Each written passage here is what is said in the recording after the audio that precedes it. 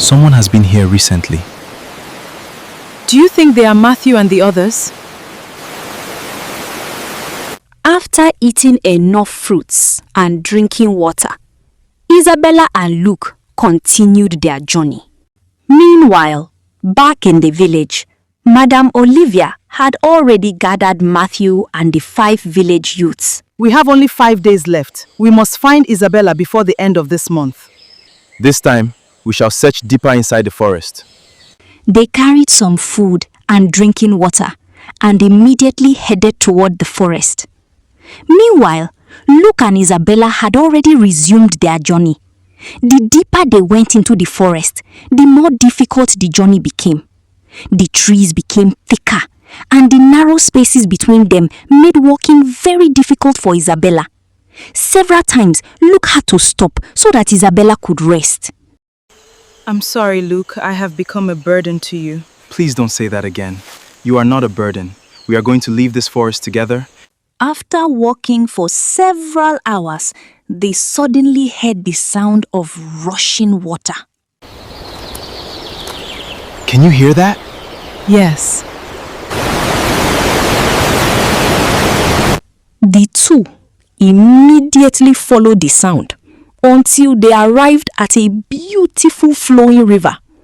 They thanked God and drank some water.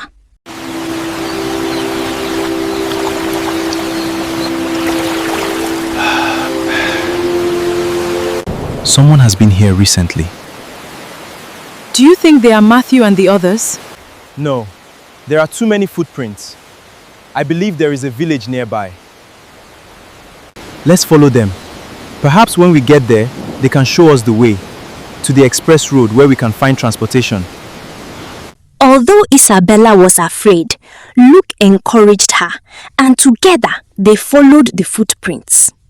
After walking for some time, they finally arrived at a village. The village was beautiful and peaceful, but something felt strange.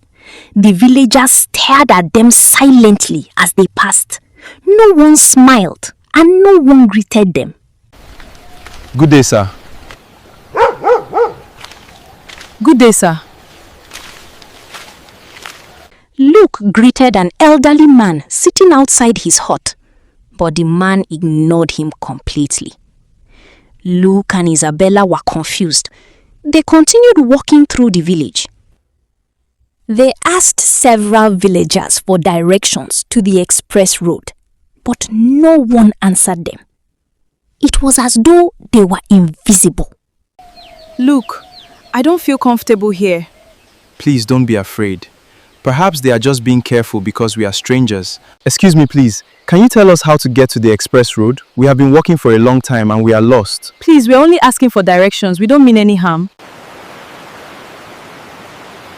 This is strange. Why is everyone ignoring us?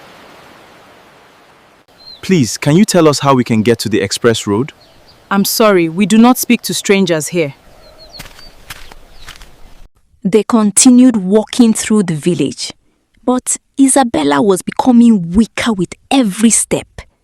Suddenly, she held her stomach in pain and slowly sat beneath a nearby tree. I'm tired, Luke. I don't think I can walk any further. Oh God, please send us a helper. Luke knelt beside her, feeling helpless. He silently prayed that God would send someone to help them. At that moment, an old woman carrying a basket of firewood approached them. My children, what are you looking for in this village? Good evening, Mama. Good evening, my son. Mother, we are strangers. We lost our way in the forest and we are trying to find the express road. We have asked several people for directions, but no one is willing to speak to us.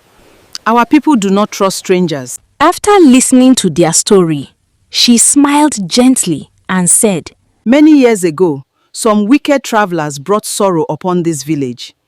Since then, the villagers have been afraid of outsiders. Your wife is heavily pregnant and exhausted. She cannot continue this journey today. Come with me and spend the night in my hut. Luke and Isabella were overwhelmed with gratitude.